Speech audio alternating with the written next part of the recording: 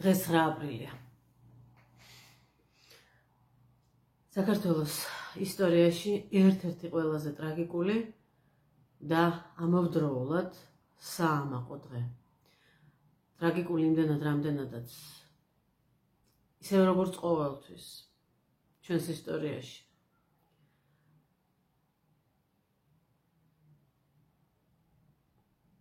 ქონდა დიდი მსხვერპლი, აუნაზღაურებელი, ნარჩევი გოგობიჭების და საამაყო იმდენად, რამდენადაც საქართველო იყო იმ დღეს ერთად.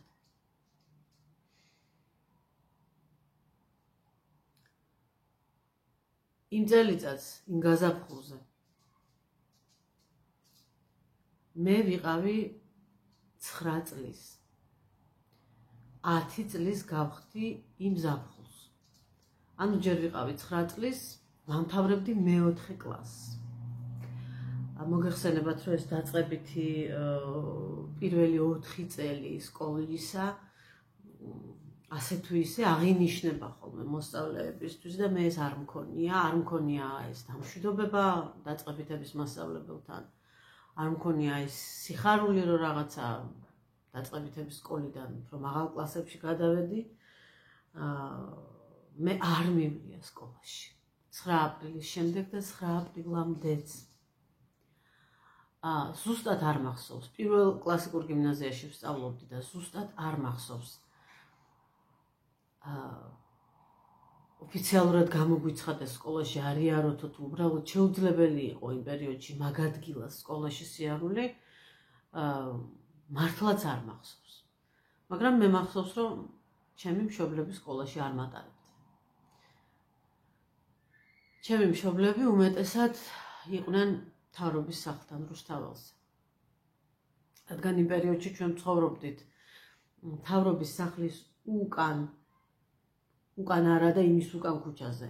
ინგოროყვას მაშინდელი ძერჟინსკის ქუჩაზე.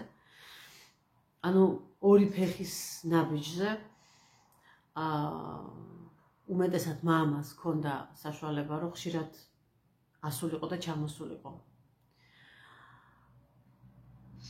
და ჩაეტანა ასანთი, სიგარეტი, ცხელი წყალი, რომელსაც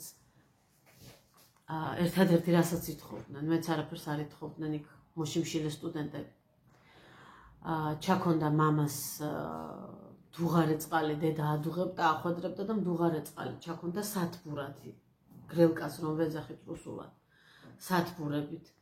ჩაქონდა თერმოსებით, მოგეხსენებათ, საბჭოთა დეფიციტის დროს თერმოსი დიდი ფუფუნება არ იყო, მაგრამ რაღაც ესეთი სანატრელი აქსესუარი იყო, ყველას ჰქონდა და სამზარეულოებში ედგათ და თუ ჩინური იყო და უცხოური იყო და ლამაზი ნახატი ჰქონდა, ხომთლად ხელზე იყიდებოდა სპეკულიანტთან. და დედას ბევრი ჰქონდა ასეთი თერმოსი. ერთი ვიღაცა მაჩუკა, ერთი თვითონ იყიდა, ერთი უფრო პატარა იყო, რომელიც ღრმა ბავშვობაში მახსოვს, რომ ბაკურიანისთვის ჰქონდა.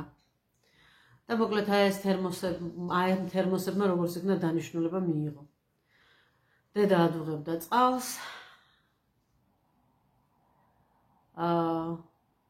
დააუთოებდა ხოლმე. თბილ პლედს დააუთოებდა ხოლმე და ესე დაკეცავდა. ცელოფნის პარკში ჩადებდა ხოლმე, რომ თბილი ჩაეტანათ. რომ თბილი მისვლოდა ადგილზე. პირველი სკოლის სასადილო, საბავშვო სასადილო, თანამშრომლებისთვის და ბავშვებისთვის რაც იყო ბუფეტი ეგრეთ წოდებული. ეს ბუფეტი მუშაობდა იმ პერიოდში. და მამას ყველა იცნობდა, იმიტომ რომ ჩვენ ახლოს ცხოვრობდით და დედა და მამა ძალიან ხშირად მაკითხავდნენ და მიუხედავად იმისა, რომ ახლოს იყო, მე სკოლაში მივყავდი და მოვყავდი ჩემ მშობლებს. მარტო არ დავდიოდი. და იცნობდა დაცვა იყო თუ დარაჯი იყო თუ პედაგოგი იყო თუ სასწავლო ნაწილი იყო, ყველასთან კარგი ურთიერთობა ჰქონდა. და მამა შედიოდა და გამოქონდა მოხარშული სოსისები. მათთვის ვინც არ შემშილობდა და ვინც მუდმივად იქ იდგა.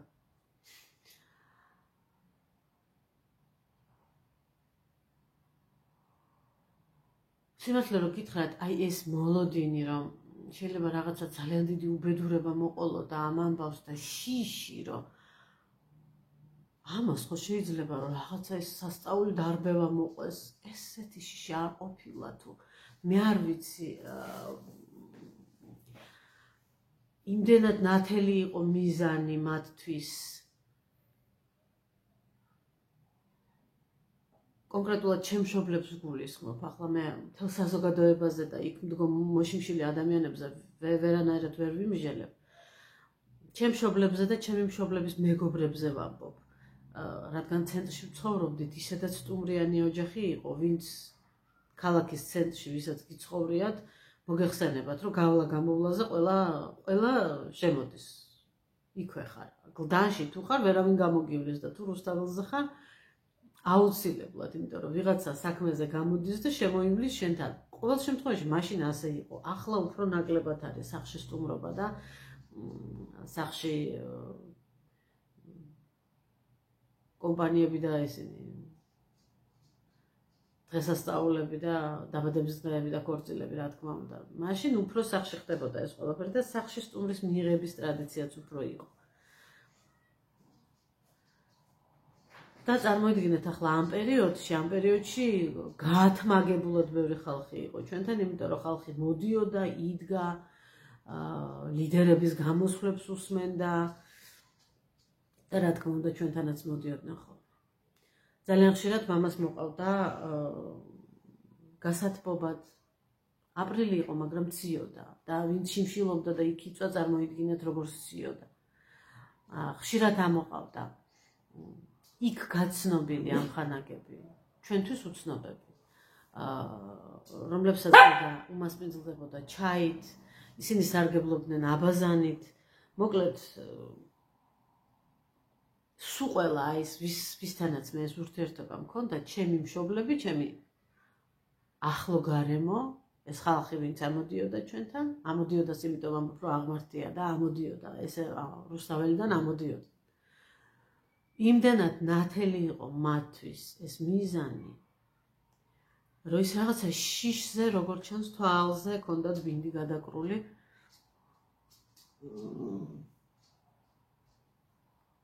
როგორც ჩანს, შეიძლება უბრალოდ რუსის ჯარი რო შემოვიდა, მაშინაც კი ასეთ სისასტიკეს არ მოელოდნენ. კონკრეტულად 9 აპრილის ღამეს მამას იქ იყო ხოლმე. დედაც და ხშირად მეც. მამას უსაყვედურობდნენ, რომ ნუ ჩამოდიხარ ბავშვით. 8 რიცხვში, სადღაც 7-ში, 8-ში უკვე დამეწყო რაღაცა ყელის ტკივილი და მე ყელი მქონდა სუსტი. და უკვე შემამცირნა. და 9-ში ღამე უკვე 9 რომ თენდებოდა. მე მქონდა ძალიან მაღალი სიცხე. იმდენად მაღალი სიცხე მქონდა, რომ ჩვენ მაშინ ტელეფონი არ გვქონდა. ტელეფონი სადღაც მე უკვე სტუდენტი ვიყავი, რომ დაგვიდგეს.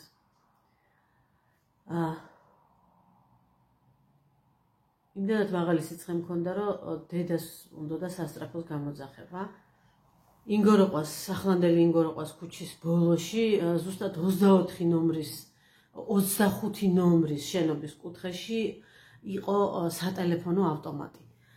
ასე ეძახდნენ მაშინ, ტელეფონის ავტომატი იყო, ტელეფონის ჯიხური იყო, მოკლედ რა, ჩამოკიდებული იყო ტელეფონი, აღარ მახსოვს რაღაცა კაპიკები უნდა ჩაგეყარა, რომ დაგერეკა და მამა რამდენჯერმე გასულა ამ ხურდებით და დაურეკია სასტრაფოში და სასტრაფო ვერ მოვიდა, ისეთი ამბავი იყო უკვე გარეთ, უკვე გადაჭედილი იყო ყველაფერი, უკვე გადაკეტილი იყო ყველაფერი და სასწრაფო ვერ მოვიდა. აი, კარგად მახსოვს ძმრიანი წინდების ფეხზე რომ ბაცვამდნენ, არ ვიცი, შველოდა თუ არა რამეს ეგ ძმრიანი წინდები. იმისი სუნი და იმისი სიცივე. და ბუნდოვნად მახსოვს ეს შიშნარევი ფაცი-ფუცის სახლში, რომ მე მაღალი სიცხე მქონდა, რაღაც 40 რამის გადაცდა თუ. მე მახსოვს, რომ ხმაური რომ ამოვიდა რუსთაველიდან. უკვე დარბევა რომ დაიწყო ის ტანკების, ხალხის ყვირილის, რაღაცა გაფრთხილების, თითქოს რუპორის ხმა მახსოვს და რაღაცა ჯახაჯუხი რომ მახსოვს, აი ეს ხმა მაშინ აგონიაში მე მეგონა რომ ჩვენ სახლში ვიღაცა შემოვიდა და დედას ციგნების თაროს შუშის მიღმა ედგა პატარა ვერცხლის პატარა ყურიანი ვერცხლის ჭიქა თუ ფინჯანი. მისი მეგობრისა იყო ეს შიგნით იდო მუქი ფერის ფირუზის თვალი. მუქი ფერის კი არა, გაუმჭვირვალე რომ არის ფირუზის თვალი. მამას ახლობელ მასთან ოქრომჭედელთან უნდა მიეტანათ და საყურეები უნდა გაეკეთებინათ დედას და მის მეგობარს ამ ვერცხლით და ამ თვლით თუ რაღაცა ეგეთი მოკლედ დიდხანს იდოეს ჩვენთან. და რატომღაც ეს უამრავი ხალხის ხმა და ეს ფუსფუსი და ეს შიში და ეს სიცხე ერთად აი ამ ბოდვაში თუმცა მეგონა რომ ეს ხალხი შემოვიდოდა და აი ვერცხლის ჭიქას მოიპარავდნენ თუ რაღაც აი პატარა ბავშვის სიცხიანი ბოდვა. მამას უნდოდა კიდევ გასვლა თურმე დასარეკად. დედა არ უშვებდა. მაინც გასულა და უკვე იქამდე ვერ მისულა. სატელეფონო ჯიხურამდე უკვე ხალხი მოორბოდა იმ აღმართზე და ხალხი უკვე ამოყავდა. ჩვენი მეზობელი იყო, ქუჩის ბოლოში იქვე ცხოვრობდა ვახუშტი კოტეტიშვილი.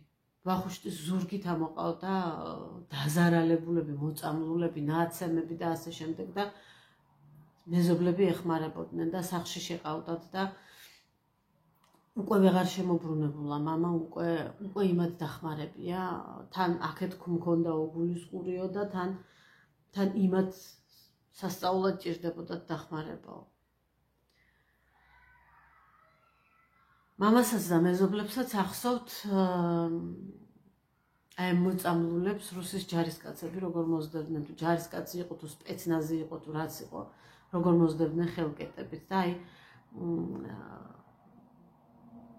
ბიჭსო გოგო მოყავდაო, ახალგაზრდები ყოფილან. ბიჭსო გოგო მოყავდაო, გოგო საერთოდ ვეღარ ხედავდა ვერაფერს, თვალები ჰქონდაო დამწვარიო და ცუდად სუნთქავდნენო და აქუშინებულები ამორბოდნენ აღმართზეო და დადევნებული რუსის სპეცნაზელი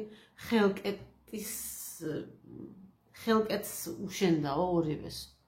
განურჩევლად სქესისა და განურჩევლად იმისა, რომ უკვე იმ ადგილს კარგად გვარიანად იყვნენ მოშორებულები, გამოქცეულები იყვნენ და უკვე ნაცემები და მოწამლულები იყვნენ და აღარავითარ საფრთხეს არ წარმოადგენდნენ. ბიჭი ასე ეჭირაო გოგოს თვალებზე ხელიო და ბიჭი ესე მოყავდაო, ხელი თუ არ წამოიყვანა, ვერც ხედავდა ვერაფერსო.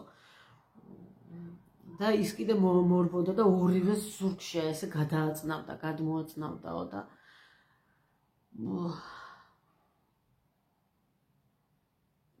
ესეთი საშინელი დღე გათენდა. მე რომ გავიღვიძე მეორე დღის, სადღაც შუა დღე იქნებოდა ალბათ, მახსოვს ძილში დედა კიდევ სიცხეს მიზომავდა და როგორც ჩანს აღარ მქონდა ეს მაღალი სიცხე და საშიში აღარაფერი არ იყო. ძილში გამოვდიოდი ეტყობა და მახსოვს როგორ მწყუროდა და რომ გავიღვიძე ჩვენ სამზარეულოში მეგობრები იყვნენ, ჩვენი მეგობრები და მეზობლები იყვნენ შეკრებილები, მათ შორის მამა ჩემის ინსტიტუტელი და დედა ჩემის გორპროექტის თანამშრომელი, ანუ ორივე მხრიდან მეგობრები. ჩვენი უბნელი, მე თეატრში ვითანამშრომლეთ ერთად, ჩვენი უსაყვარლესი ნატა კობახიძე, იგივე ბაფი, დიდ სათვალეებს ატარებდა და ახლაც ატარებს და ახსოვს როგორ ქონდა ეს დაორთქლილი ტირილისგან ეს სათვალე.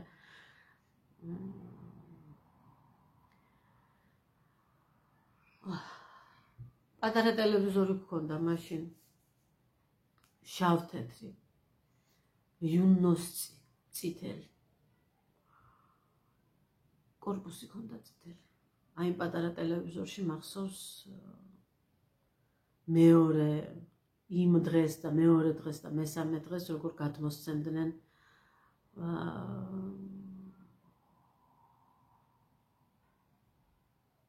ამ ყოველფრის ამსახველ კადრებს, ოღონდ უფრო იცით როგორ კადრებს გადმოსცემდნენ, ახლა რომ არის გავრცელებული ინტერნეტში თვითონ ეს როგორ მოხდა ეს ყველაფერი, იმას კი არა, გადმოსცემდნენ როგორ გლოვობდა ხალხი და იმ ყვავილებთან როგორ ქონდა შეხება და იმ ყვავილებით მერე მოიწამნენ კიდეც.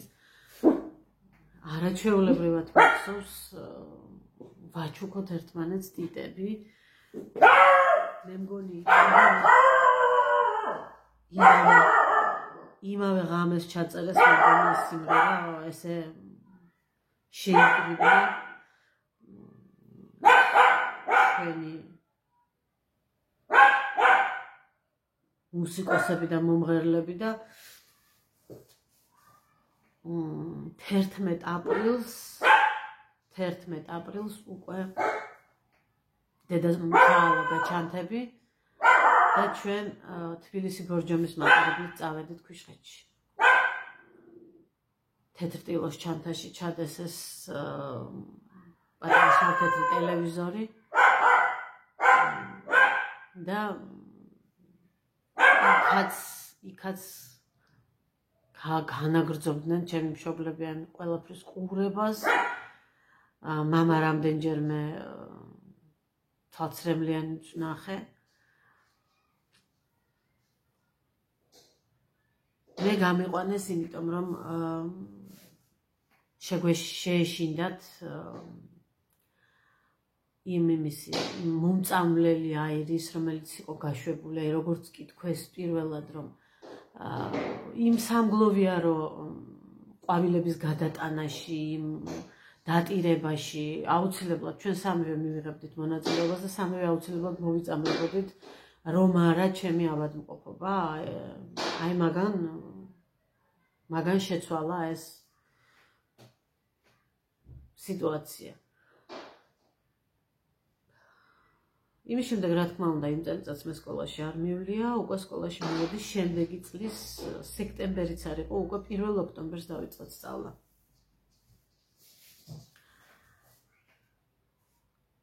სულ სხვა სიტუაცია იყო ქვიშხეთში რომ ჩავედით.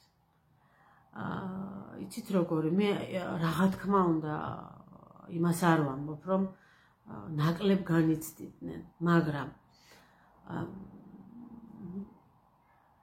დედაქალაქში, თანაც ქალაქის ცენტრში, იგივე უბანში და გვერდზე ქუჩაზე უფრო მეტად იხარშება ოჯახი და ადამიანი აი ამ ყველაფერში. უფრო მეტად არის ჩართული, უფრო მეტად ეხება. და ალბათ უფრო მეტადაც განიცდის. რა თქვეს რომ პირველი სკოლის ღრმა სართულებზე, სადაც სხვათა შორის ჩვენ შრომა გვიტარდებოდა, შრომა და ხაზვა შემდგომში გვიტარდებოდა, აი მაგ ოთახებში ჩაგუბებული ყოფილა ეს მხუთავი აირი და იქაც მოიწამდნენ. ისინი ვინც მერე შევიდა თუ მანამდე იყო, არ ვიცი როგორც იყო. მე იმის შემდეგ სკოლაში არ მივვლია, ისიც არ ვიცი სასწავლო პროცესი აღდგა თუ არა ამ 9 აპრილის შემდეგ და ეს აპრილის ბოლო მაისი თუ შედგა სასწავლო პროცესი, ნამდვილად არ ვიცი.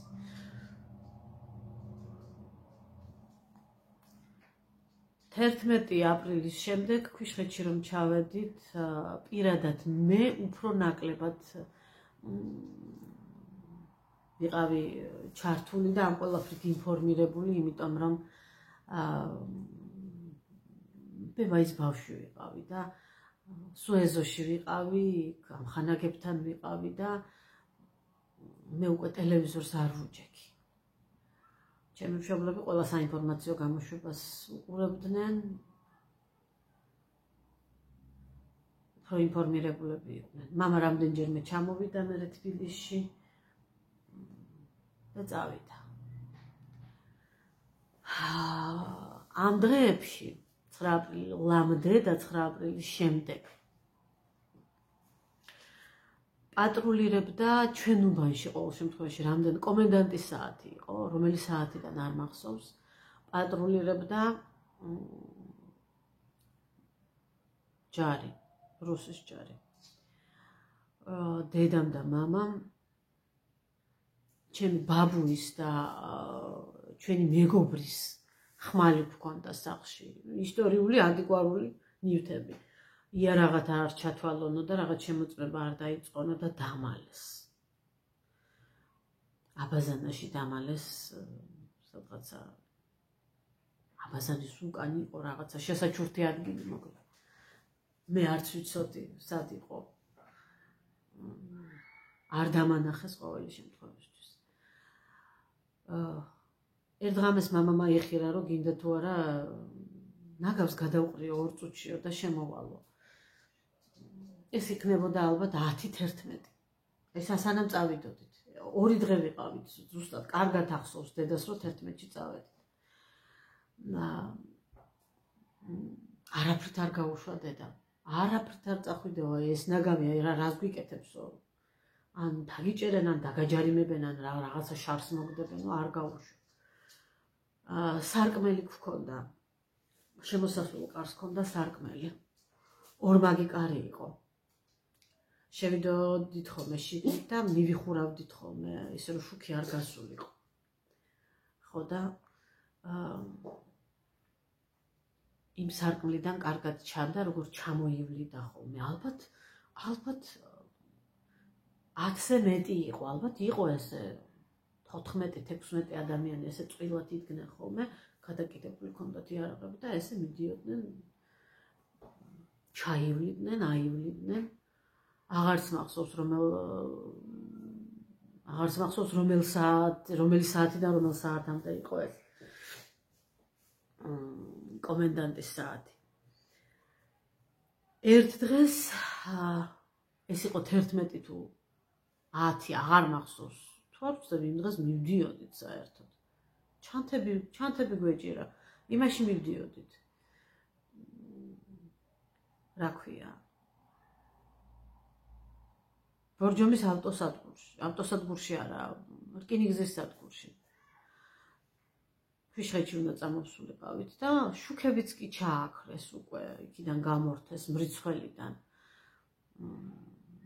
და მამა გაჩერდა კარებში და გავიხედეთ იმ სარკმელში და ვხედავთ, რომ ჩვენი სახლის წინ ჩამოსაჯდომი რიკული იყო ესეთი გრძელი და გავიხედეთ და ვხედავთ, რომ ეს ვინც პატრულირებდა ეს ჯარისკაცები თავისი ფორმებით, თავის ყველაფრით ცოტა შემაღლებული იყო ეს რიკული. აი იმაზე იყვნენ ჩამომსხდარები. სულ ყველანი ისვენებდნენ. რა თქმა უნდა, კარები არ გავაღეთ, არ გავედით, დაველოდეთ, როდის ადგენენ და წავიდნენ და კარგად მახსოვს რა იცით. აი ქვემოდან რო შევხედე, შემაღლებულზე რო იყო ეს რიკული და ზედ რო ისხდნენ, ლანჩები ჩანდა, სპეცფეხსაცმლის. ლანჩები ქონდა როგორც ღრუბელი, აი როგორც გუკა, სრბილი იყო. არ ვიცი, იმიტომ რომ ხმა არ ქონოდა ამათ ფეხის ხმას თუ არ ვიცი, რატო. შავი ფეხსაცმელები იყო და შავი ერთი ფენა ღრუბელი ქონდა ქვემოთ, აი ესე ღრუბელივით რაღაცა რბილი რეზინი ქონდა მიკრული.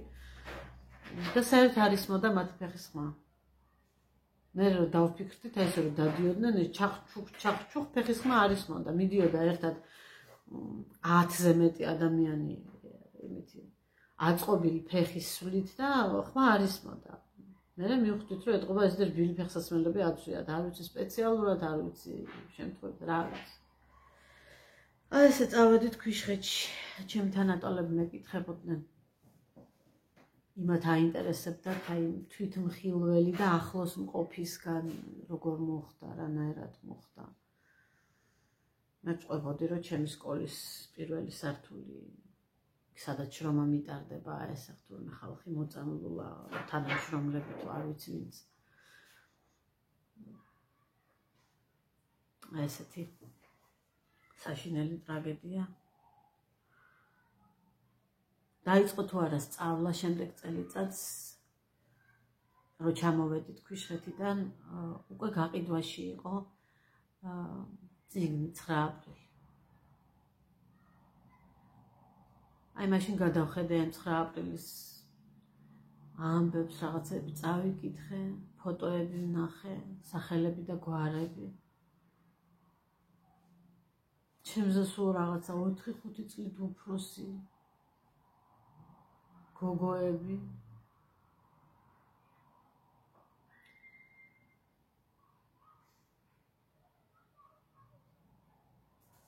ჩემი ბებიას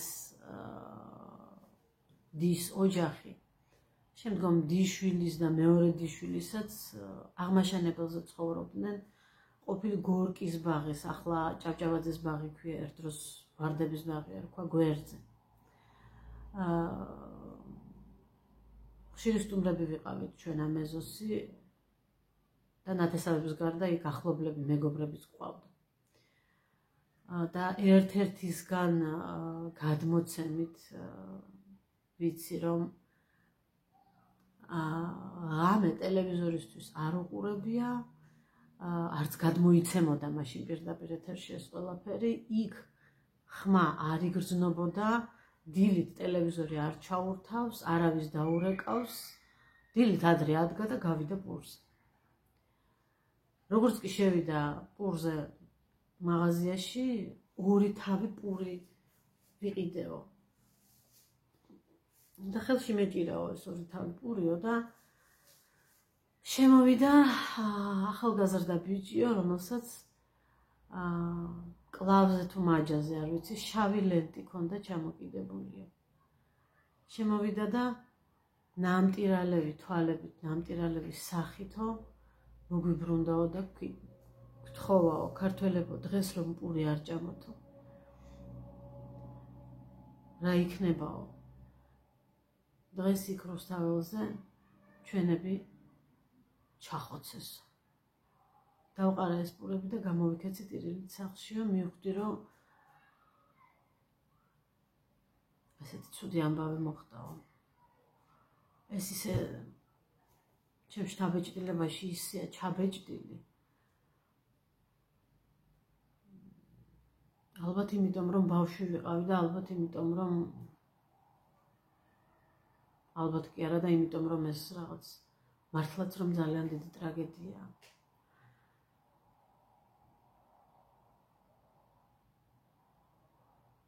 მე ვიყავი მაგ პერიოდში, როგორც გითხარით, 9 წლის. წიგნი რომ გამოვიდა ვიყავი 10 წლის, მას შემდეგ მუდმივად 9 აპრილს ღამეს ჩავდიოდით ხოლმე, სანამ თბილისში ვცხოვრობდით, ჩავდიოდით ხოლმე რუსთაველზე და ვანთებდით სანდელს. გადმოცემით, ვიღაცისგან ნათქვამი ვიცოდი, რომ აი იცი, აი ის რომ დაიღუპა, იმისი შვილი იყო, აი იმისი ძმა იყო.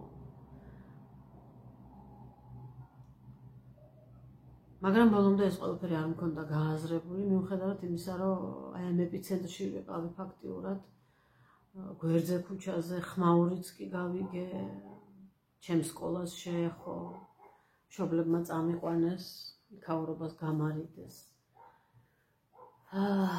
მიუხედავად ამისა, მაინც ბავშვურად ავექვაოდი და მთელი სერიოზულობა არ მესმოდა. მე მყავდა უკვე შვილი და იქნებოდა დაახლოებით ასე 7-8 წლის. დაახლოებით იმ ხელა, რამ ხელაც მე ვიყავი ეს ამბავი რომ მოხდა.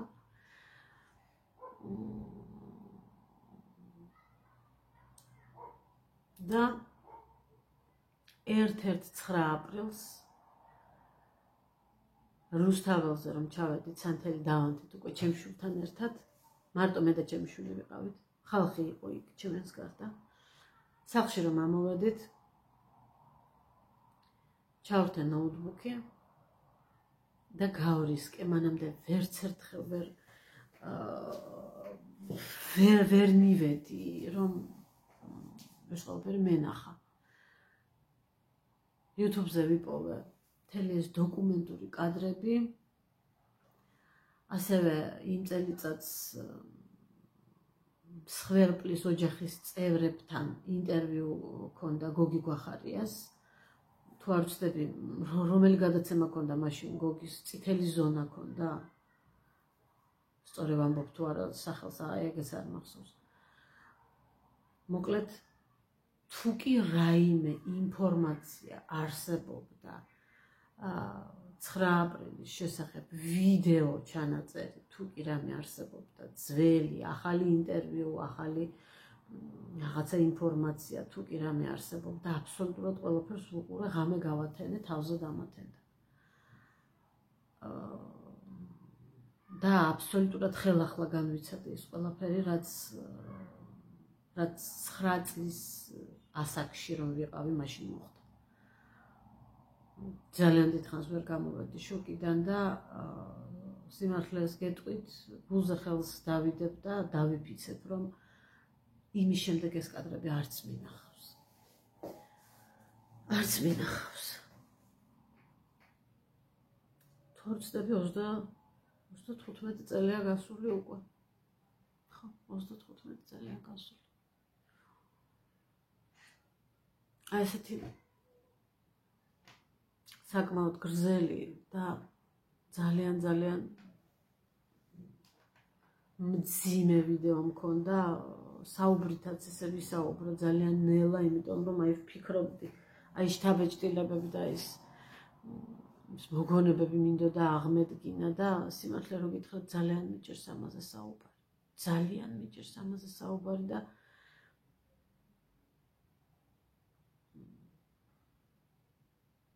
ამ ყველაფრის მომსწრე ვინც იყო უშუალოდ მსხვერპლის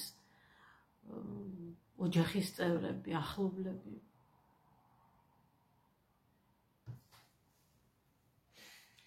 მათთვის განსაკუთრებული ტკივილია, რა თქმა უნდა. მაგრამ არანაკლებია მთელი საქართველოსთვის. მთელი, ნამდვილი, ერთად შეკრული თავისუფლებისთვის მებრძოლი საქართველოსთვის. მადლობა მათ. მადლობა მათ აი ამ გამბედაობისთვის, აი ამ დიდი სიყვარულისთვის.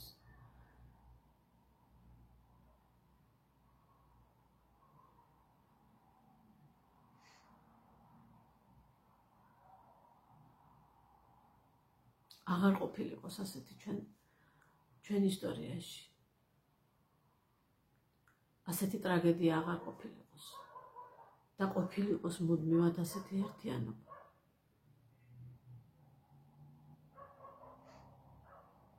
ნათელი მათ ხსოვნას. დიდი მადლობა.